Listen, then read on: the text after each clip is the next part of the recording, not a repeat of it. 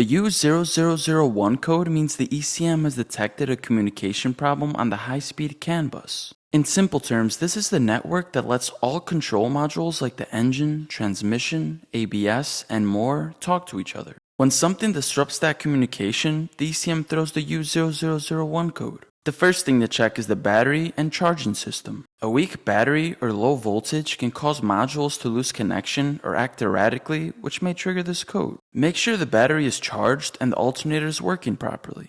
The second cause could be a loose, corroded, or weak ground connection. The CAN system needs solid grounds to maintain proper communication. If a main ground is loose or rusty, it can cut off signals between modules.